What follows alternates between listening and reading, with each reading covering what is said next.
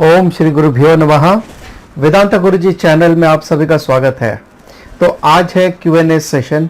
ये session special या extra session है क्योंकि हमारे पास काफ़ी क्वेश्चंस आ गए हैं और उनके हम रिप्लाई नहीं कर पाए। तो आज का जो सेशन है वो एक्स्ट्रा सेशन है। और वैसे भी हमने अभी योग सूत्र का समाधि पाद कंप्लीट किया है, तो नया अध्याय साधना पाद शुरू करने से पहले हमने सोचा कुछ क्वेश्चंस ले लेते हैं। अगर आपके भी कोई क्वेश्चंस है तो आप हमारे किसी भी वीडियो के नीचे कमेंट सेक्शन में आप आपके क्वेश्चन भेज सकते हैं। सो नेक्स्ट वीक का जो सेशन होगा यानी सैटरडे, वो है first Saturday of the month. Officially वो हमारा Q&A का डे है। So every first Saturday of the month में हम लेते हैं आपके क्वेश्चंस और उसका जवाब देते हैं। तो आप कोई भी क्वेश्चंस रिलेटेड टू शास्त्र या लाइफ से जुड़े हुए हैं वो आप हमसे पूछ सकते हैं। We will try to answer that. So let us start with today's session with the prayer. ओम सहनाववतु सहनौ भुनक्तु सह वीर्यं करवावहै तेजस्विनावधीतमस्तु मा विद्विषावहै। ओम शांति शांति शांति। Om Tat Sat. Om. So let us start with first question. Shankar Prasad ji का ये क्वेश्चन है, Is there not a duality even in saying Thy will be done? क्या इसमें द्वैतम भाव नहीं है जब हम कहते हैं Thy will be done यानी आपका कार्य संपन्न हो? Is it still okay to say even if it is superficial knowing that one has not reached such a level? क्या अभी भी ये कहना उचित है भले ही ये जानते हुए भी कि ये नॉलेज सरफेस लेवल का नॉलेज है और knowing that one has not reached such a level and still in ego, और वो व्यक्ति उस लेवल तक नहीं पहुंचा और अभी भी अहंकार यानी इंडिविजुअलिटी है। अहंकार यानी वो घमंड वाला अहंकार नहीं है, यहाँ पे अहंकार का मतलब इंडिविजुअलिटी वाला अहंकार है। तो क्या ये कहना फिर भी उचित है? दाई विल बी डन, ये जो सेंटेंस बेसिकली कहा गया ये बाइबल में है, शास्त्र में नहीं है। सो बाइबल तो एनीवे वो डुअलिटी में बिलीव करते हैं, या क्रिश्चियनिटी जो है वो डुअलिटी में बिलीव करते हैं, सिवाय अद्वैता के बाकी सब डुअलिटी में बिलीव करते हैं। But in spite of that आप ये कह सकते हो, इवन अ मुक्त पुरुषा ये कह सकता है thy will be done. Even अ मुक्त पुरुषा जो सेल्फ रियलाइज पर्सन है, इनलाइटेंड पर्सन है, वो ये कह सकता है दाई विल बी डन। अब यहाँ पर जैसे भगवान श्री कृष्ण ने भी तो अर्जुन से कहा था युद्ध कर, तो भगवान कृष्ण और अर्जुन के बीच में जब वार्तालाप हो रहा है और भगवान श्री कृष्ण ये कहते हैं युद्ध कर, ये अधर्मी है, इनका वध करना, युद्ध में इनका वध करना तुम्हारा कर्तव्य है। तो क्या वहां पे द्वैतम भाव नहीं आया?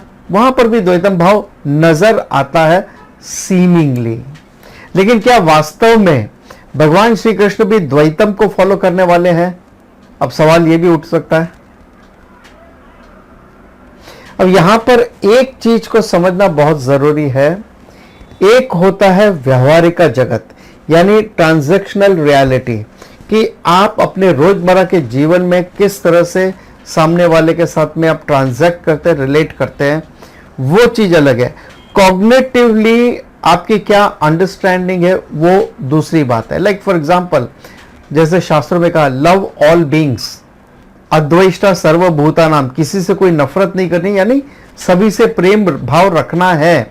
तो सभी जीवों से प्रेम भाव रखना यानी कोबरा से, टाइगर से, कोरोना वायरस से, मॉस्किटो से, सभी के साथ आपको प्रेम भाव रखना ही है।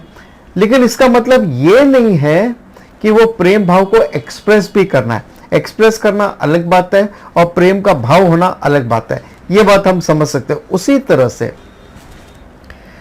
कॉग्निटिवली जो ये व्यवहार जगत है उसमें डुअलिटी है, द्वैतम भाव है, लेकिन पारमार्थिक दृष्टिकोण से यहां जो कुछ भी है केवल और केवल एक ब्रह्म, एक आत्मा ही है, उसके अलावा दूसरा कुछ नहीं है। सो ये दो चीजों को समझना बहुत जरूरी है कि आप पारमार्थिक सत्ता को व्यवहारिक सत्ता के साथ मिक्स नहीं कर सकते। व्यवहारिक सत्ता में आप जब एक दूसरे के साथ रिलेट करते हैं तो वो व्यवहारा है। पारमार्थिक सत्ता यानी कॉग्निटिवली आप अंडरस्टैंड करते हो अहम ब्रह्मास्मि। तो मुक्त पुरुष ये जान चुका है अहम ब्रह्मास्मि। अभी वो जीवन मुक्त हो चुका है, यानी बर्थ और डेथ के साइकिल से वो मुक्त हो चुका है, अपने इग्नोरेंस से वो मुक्त हो चुका है, वो मुक्त पुरुष कहलाता है। मगर फिर भी उसकी लाइफ कंटिन्यू रहती है बिकॉज ऑफ हिज प्रारब्ध कर्म।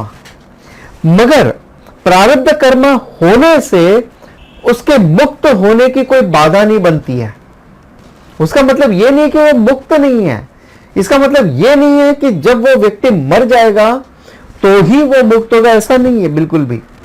वो मुक्त पुरुष है, उसने मोक्ष पा लिया है, उसने नॉलेज हासिल कर लिया यानी मोक्ष पा लिया है। अब व्यवहार जगत में जो व्यवहार करना है वहां पे जो भेद है वो है सोने और चांदी का जो भेद है, या सोने और लोहे का जो भेद है, या मट्टी के ढले का और सोने का या हीरे का जो भेद है वो है। लेकिन पारमार्थिक दृष्टिकोण से ये सब ब्रह्म ही है। तो ये अंडरस्टैंडिंग बिल्कुल क्लियर होनी चाहिए। पारमार्थिक दृष्टिकोण से क्या है और व्यवहारिक दृष्टिकोण से क्या है। सो व्यवहारिक दृष्टिकोण से जब आप व्यवहार जगत में ट्रांजैक्शनल रियलिटी में जब आप व्यवहार करते हैं तो आपको उस जगत का पालन करना होता है। कॉग्निटिवली भले आप ये समझ ले कि मैं वो परम ब्रह्म हूं और मैं ही नहीं, ये सब यहां जो कुछ भी है वो परम ब्रह्म ही है। अदरवाइज आप कहोगे कि जो मुक्त पुरुष है उससे खाने की क्या जरूरत है, वो क्या खाएगा, क्योंकि जो खाना खाने वाला है वो भी ब्रह्म है, जो खाना है वो भी ब्रह्म है, जहां से वो उपजा वो भी ब्रह्म है, यह सब कुछ ब्रह्म ही है, तो खाएगा क्या। ब्रह्मार्पणम ब्रह्म हवि। सो वर्स 24 चैप्टर 4 सेज दैट यहाँ जो कुछ भी है वो ब्रह्म ही है, तो वो खाएगा क्या। व्यवहार जगत में शरीर मन बुद्धि है, ये भी मिथ्या है। तो व्यवहार जगत में उसकी खाने की एक्टिविटी भी मिथ्या है, ये व्यवहार है, इसका शरीर भी मिथ्या है, ये अन्नम भी मिथ्या है, खाने की प्रक्रिया भी मिथ्या है, जो उपजा वो भी मिथ्या है। सत्यम क्या है, ब्रह्म है। सो मुक्त होने के बाद भी जब तक प्रारब्ध कर्म है और आप अभी तक विदेह मुक्त नहीं हुए, यानी इस देह से मुक्त नहीं हुए, ये जो व्यवहार के जगत है वो फॉलो कर सकते। लेकिन को विधि को निषेध, जो मुक्त पुरुष है उसके लिए कोई विधि या निषेध, कोई डूज एंड डोंट्स बिल्कुल नहीं है। वो करे ना करे उनकी मर्जी है। जैसे एक छोटी सी स्टोरी मैं आपको बताता हूँ। एक बार एक महात्मा अपने शिष्य के साथ में जंगल से जा रहे थे, सामने से शेर आया तो उन्होंने अपने शिष्य से कहा जाओ पेड़ पे चढ़ जाओ, अपनी जान बचा लो। तो शिष्य ने कहा आप ही ने तो कहा भगवान यहाँ जो कुछ भी है, शेर भी ब्रह्मन है, मैं भी ब्रह्मन हूँ। हाँ वो सब ब्रह्म है, ये बात मैं जान चुका हूँ, इस नॉलेज को आत्मसात कर चुका हूँ। लेकिन तुम अभी तक उस नॉलेज को आत्मसात नहीं कर पाए। सो अभी तक तुम मुक्त पुरुष नहीं हो, इसलिए तुम्हारे लिए ये जो जगत है वो रियल है। सो इस जगत के नियमों का पालन करना तुम्हारा कर्तव्य है। सो जब तक व्यक्ति ड्रीम अवस्था में है वो ड्रीमर है, ड्रीम के रूल्स उसके ऊपर लागू होते हैं। लेकिन जैसे ही वो वेकिंग अवस्था में आता है तो ड्रीम कैसा भी क्यों ना हो, और अब वो मुस्कुरा भी सकता है अपने नाइटमेयर पे और अपनी घबराहट पे। सो ये वो मुक्त स्थिति है जैसे वो ड्रीमर वेकिंग स्टेट में आता है। उसी तरह से जो मुक्त अवस्था है उसमें कॉग्निटिवली वो अंडरस्टैंड करते हैं मैं ब्रह्म हूं, लेकिन व्यवहार के हिसाब से आप और मैं अलग हैं। ये व्यवहार का भेद है, मिथ्या का भेद है। सो मिथ्या में मिथ्या के हिसाब से वो कार्य करते हैं, वो बंधे हुए नहीं है, बट स्टिल फॉर आवर सेक वो कार्य करते हैं। और इसीलिए आप कभी पहचान नहीं पाओगे कि मुक्त पुरुष कौन है। आपके आसपास में भी मुक्त पुरुष हो सकते हैं, लेकिन आप कभी उसे पहचान नहीं पाओगे। So let's move on to the next question. So अगला क्वेश्चन है, every time we interact with people, isn't the idea they are body mind matter programmed in our mind? In other words, I am this body mind matter. So हर बार जब हम लोगों के साथ interact करते हैं, व्यवहार करते हैं, और हम ये मान के चलते हैं कि ये शरीर मन बुद्धि और वो शरीर मन बुद्धि अलग अलग है, और मैं भी ये शरीर मन बुद्धि हूं, तो ये एक नेचुरल है। जब शास्त्र कहते हैं अहम ब्रह्मास्मि, यानी मैं ब्रह्म हूं, लेकिन हमारा जो व्यवहारिक एक्सपीरियंस है वो कहता है मैं तो ये शरीर मन बुद्धि से बंधा हुआ हूं, मैं ये लिमिटेड बीइंग हूं, मेरी आयु है, मेरा यानी इस शरीर का बर्थ हुआ जिसे मैं सेलिब्रेट करता हूं बर्थडे और डेथ डे के रूप में, तो ये शरीर मन बुद्धि बाधित है, लिमिटेड है, ऐसा मैं मानता हूं। जबकि शास्त्र कहते हैं कि यहां जो कुछ भी वो ब्रह्म, यानी मैं ब्रह्म हूं वास्तव में। तो ये जो भ्रम है ये तो है, इसका क्या करें? यस, ये भ्रम है, क्योंकि कई जन्मों से आप हिप्नोटाइज हो चुके हो। आपने बचपन से ये मान लिया कि मैं ये शरीर मन बुद्धि हूं, किसी ने आपको ये नॉलेज नहीं दिया, ये दिख रहा है, ये आप अनुभव कर रहे हो, यहां पर ये व्यवहार जगत का अनुभव है, और यही माया शक्ति का प्रभाव है। वो इतनी मुश्किल है उसको समझना, वो इतनी कंफ्यूजिंग है कि आपको कभी समझ ही नहीं आएगा कि मैं माया के वश में हूं। ये है माया, ये है मायावी जगत, इसमें इसके वश में आ गए अज्ञानता वश। सो यस, आप ऑलरेडी हिप्नोटाइज हो चुके हो इस शरीर मन बुद्धि से, और आपने ये मान लिया है कि मैं ये शरीर मन बुद्धि हूं, लेकिन अब आपको अपने आप को डी हिप्नोटाइज करना होगा। कैसे? अहम ब्रह्मास्मि। सो शास्त्र क्या करता है? आपको डी हिप्नोटाइज कर रहा है। जो आप ऑलरेडी हिप्नोटाइज हो चुके हो कि मैं ये शरीर मन बुद्धि हूं, डी हिप्नोटाइज कर रहा है अहम ब्रह्मास्मि, I am not the body mind sense complex, मैं ये शरीर मन बुद्धि नहीं हूं। अब उसके लिए क्या करना होगा? सिस्टमेटिकली शास्त्रों का अध्ययन करना होगा, आत्मज्ञानम हासिल करना होगा। मैं ब्रह्म हूं, बट स्टिल आप ये शरीर मन बुद्धि का यूज कर सकते हो। You need not throw away. Like Swami ji हमेशा एक एग्जांपल देते हैं, बेबी को, एक इन्फेंट बेबी को आप टब में बाथ देखते हैं तो उसके बाद आप पानी फेंक दो, but you need not throw away the baby along with the water. जिस तरह से ये पॉट है, अब तक आपका ये ज्ञान था, लेकिन अब आपको ये समझ में आया कि पॉट एक नाम है, उसका एक रूप है, उसका एक अर्थ है व्यवहार जगत में, लेकिन वास्तविकता में ये क्ले है। सो इसकी वास्तविक सत्ता जो है वो क्ले की। अब कोई प्लेट हो सकती है, कोई कटोरी हो सकती है, कोई स्पून हो सकता है, क्ले का वो केवल नाम रूप अर्थ है, उसके अलावा उससे ज्यादा कुछ नहीं है। बिना क्ले के उनका अपना कोई एग्जिस्टेंस नहीं है। लेकिन ये नॉलेज आने के बाद, अच्छा ये तो क्ले है, तो क्या पॉट का इस्तेमाल नहीं कर सकते? बिल्कुल कर सकते हैं। उसी तरह से जब ये आपको नॉलेज मिल जाता है कि मैं शरीर मन बुद्धि नहीं हूं, मैं तो आत्मा हूं, फिर भी आप शरीर मन बुद्धि का इस्तेमाल कर सकते हो, क्योंकि प्रारब्ध कर्म अभी बाकी है। उसे एग्जॉस्ट करने के लिए ही शरीर मन बुद्धि आपको दिए गए हैं। So use it, that's all, enjoy it. So let's move on to the next question. Can we say that the world is perfect the way it is? All we need is to set right our inner world. Yes, the world is perfect. और आपको अपना mind ही set करना होगा अगर world को correct करना है। देखिए, दो चीजें हैं। रास्ते पे कंकर बहुत है, तो आप या तो पूरे रास्ते भर में एक अच्छा कारपेट बिछा दो, ये एक बात है। दूसरा है कि आप अपने पैरों में अच्छे शूज पहन लो ताकि ये कंकर आपको लगे नहीं। So which is the easiest method और which is the correct method is आप खुद अपने लिए एक अच्छे शूज पहन ले, दैट्स ऑल। रास्ते में कंकड़ पत्थर होने दो, क्या फर्क पड़ता है। दूसरी बात, we have to understand one thing, all that is here in this जगत, इस जगत में जो कुछ भी है वो ईश्वरा का ऑर्डर ही है।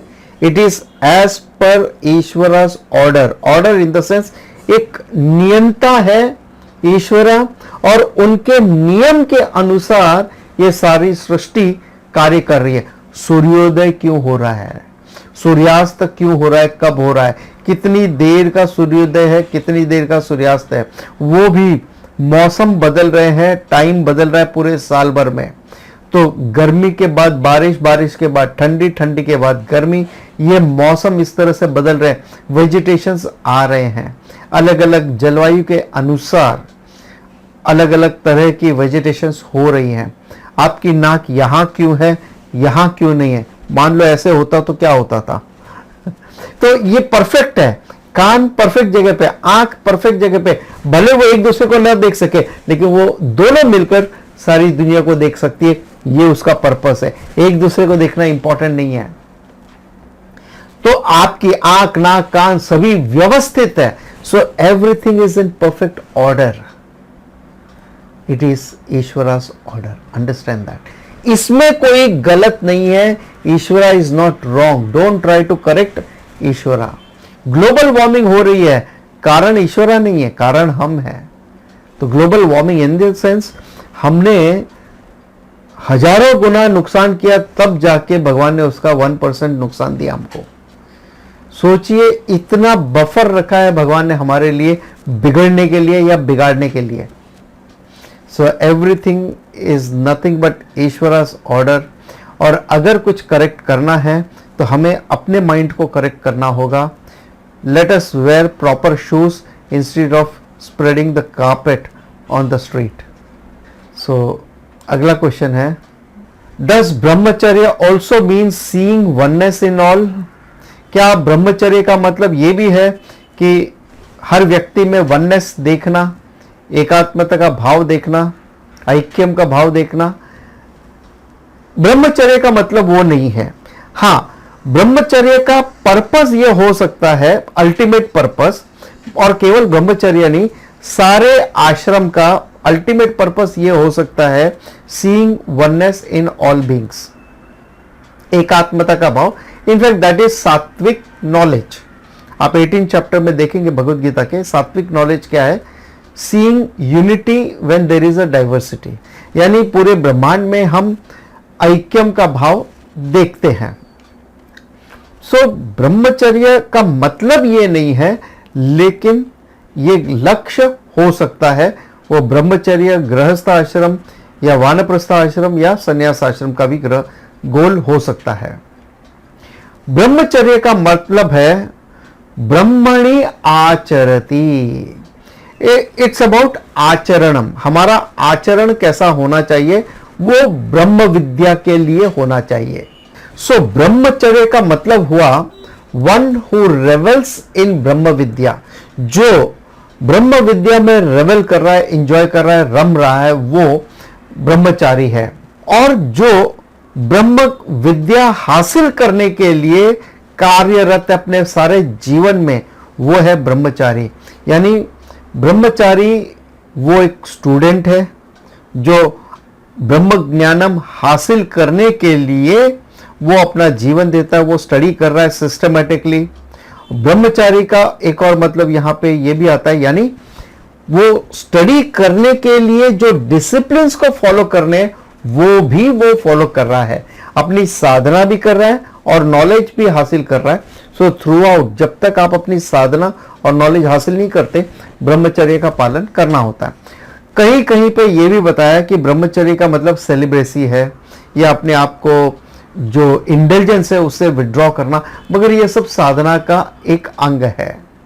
सो ओवरऑल साधना जो है वो उसका कर्तव्य है, और ब्रह्मचारी का मेन पर्पस है ब्रह्म विद्या को हासिल करना, या ब्रह्म विद्या पाने के लिए जो जो साधनाएं करनी है वो करनी है।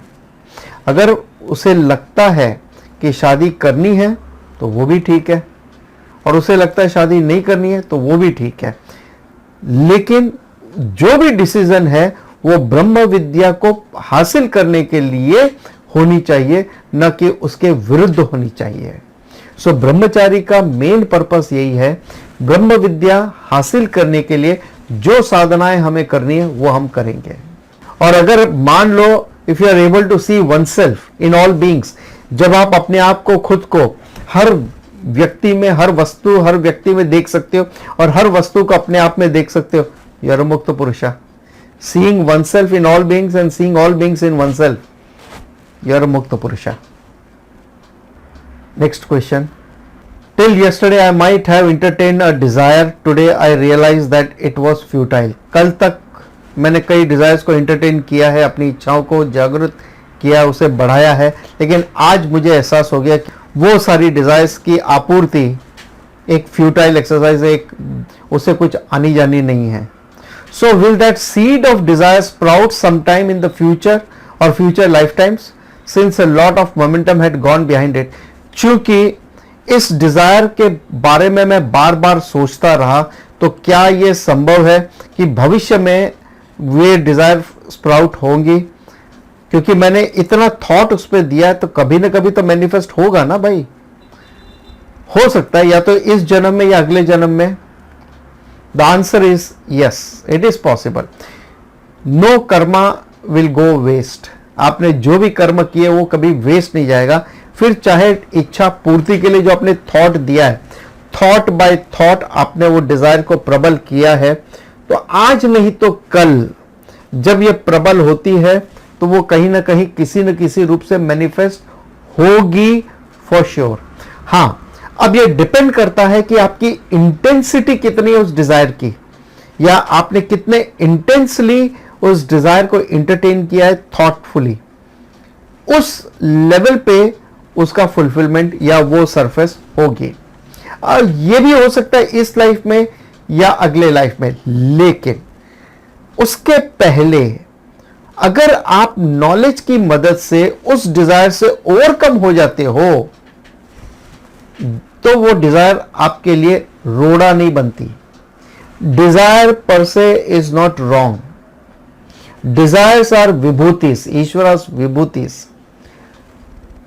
जब तक वो आपको बांधने का काम नहीं करती है तब तक ठीक है, लेकिन जैसे वो बांधने का काम करेगी तो आप फंस जाओगे संसारा में। So with knowledge when you overcome this desire, then it won't disturb you, it won't hurt you, you grow out of desire. आप उस डिजायर से ऊपर उठ जाते हो, तब वो आपको तकलीफ नहीं देती। हाँ, मगर एक चीज है, जो डिजायर को आपने कई सालों से एंटरटेन किया, फुलफिल किया है, आप उस डिजायर से ऊपर उठ भी जाते हो, लेकिन शास्त्र से रसा रिमेन्स। रसा रिमेन्स यानी जैसे एक सिंपल एग्जांपल लेता हूं, हिंग का डब्बा है, ओके। हिंग का डब्बा आप खाली कर लो, उसको वॉश कर दो, फिर भी उसमें से हिंग की जो फ्रेग्रेंस है वो रह जाती है, वो नहीं जाती जल्दी से। It takes time. तो वैसे ही डिजायर्स आपकी चली गई, रसा रिमेन्स, यानी वो जो फ्रेग्रेंस है वो आपके सेल्फ कंट्रोल पर निर्भर करता है कि आप उस डिजायर को पूरा करते हैं या उसके ऊपर उठ जाते हो। मगर हाँ, ये थॉट्स आ सकते हैं, that's not a problem, even that will go away.